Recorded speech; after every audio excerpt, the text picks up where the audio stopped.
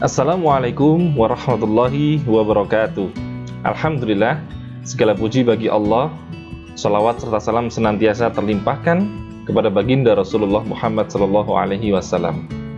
Ayah bunda rahimakumullah, pada kesempatan kali ini kita sama-sama mereview, melanjutkan pokok bahasan yang terakhir kita bahas bersama, yaitu terkait dengan ciri-ciri dari anak yang sedang kecanduan game, baik melalui PC, ya, komputer, maupun smartphone yang ayah bunda sendiri kasihkan atau berikan kepada anak-anak. Nah, pada kesempatan kali ini, melanjutkan hal yang itu tadi, kita akan berbicara, kita akan mereview, kita akan sama-sama mengingat tentang apa? Tentang bagaimana kalau putra-putri kita sudah mengalami kecanduan game. Nah, jadi tahapnya sudah kecanduan game nih. Nah, bagaimana caranya? Nah, sebelum itu, ayah bunda, saya ajak kembali mengingat-ingat nasihat dari salah satu sahabat Rasulullah Muhammad SAW, yaitu Ali bin Abi Thalib. Beliau menyampaikan dan berpesan pada kita semuanya, ajarkanlah anakmu sesuai dengan zamannya. Karena mereka akan hidup di zamannya, bukan di zaman kita. Kita yang dulu maksudnya ya, kita selagi kecil. Nah, artinya apa? Kita harus mampu menyesuaikan perkembangan zaman yang ada. Nah, kita tahu bersama bahwa saat ini teknologi bertebaran dengan cepat, bertebaran di mana-mana, saling menunjukkan bahwa oh ini ada yang baru, ini ada yang baru lagi. Termasuk game tadi yang kita bicarakan. Nah, bagaimana caranya mengantisipasi atau bahkan menyembuhkan anak yang kecanduan game? Yang pertama, sambil mengingat nasihat dari Ali bin Abi Thalib, maka cara yang pertama adalah tetapkan waktu bermain game itu, ya, tetapkan waktu bermain bersama anak-anak itu terkait dengan game tadi, berapa durasinya. Jadi tetapkan durasi gamenya. Katakan nih, anak usia 2 tahun sampai 5 tahun ini ya, kita nggak bisa menampik ya, anak usia 2 tahun, 5 tahun itu sudah banyak yang main game tuh. Nah, bagaimana? Batasi waktunya. Ya, 1 hari hanya 1 jam saja. Ya, 1 jam saja untuk anak usia 2 sampai 5 tahun. Untuk 6 tahun bagaimana? Boleh 2 jam per hari. Mungkin bisa jadi di akhir pekan gitu ya, karena agak santai.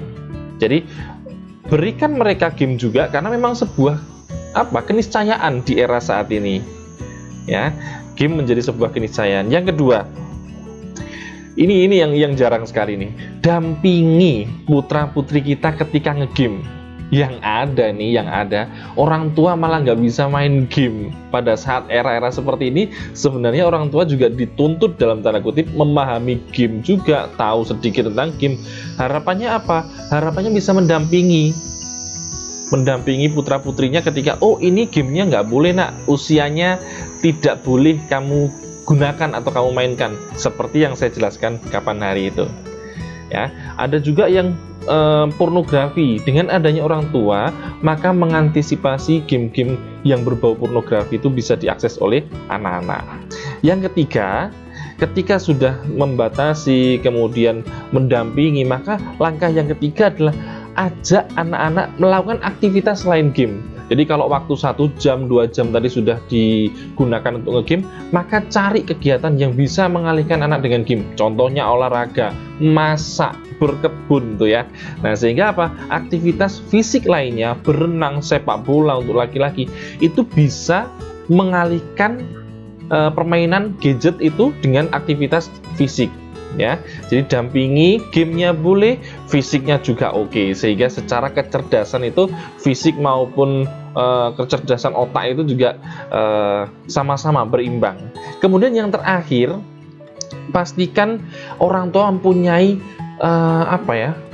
ketetapan konsekuensi, atau dalam artian gini, kalau sudah ditentukan waktu 1 jam, 2 jam, maka orang tua sendiri juga harus mengingat-ingat, oh waktunya sudah habis nak, handphonenya diselesaikan ya, handphonenya ditaruh atau dimatikan.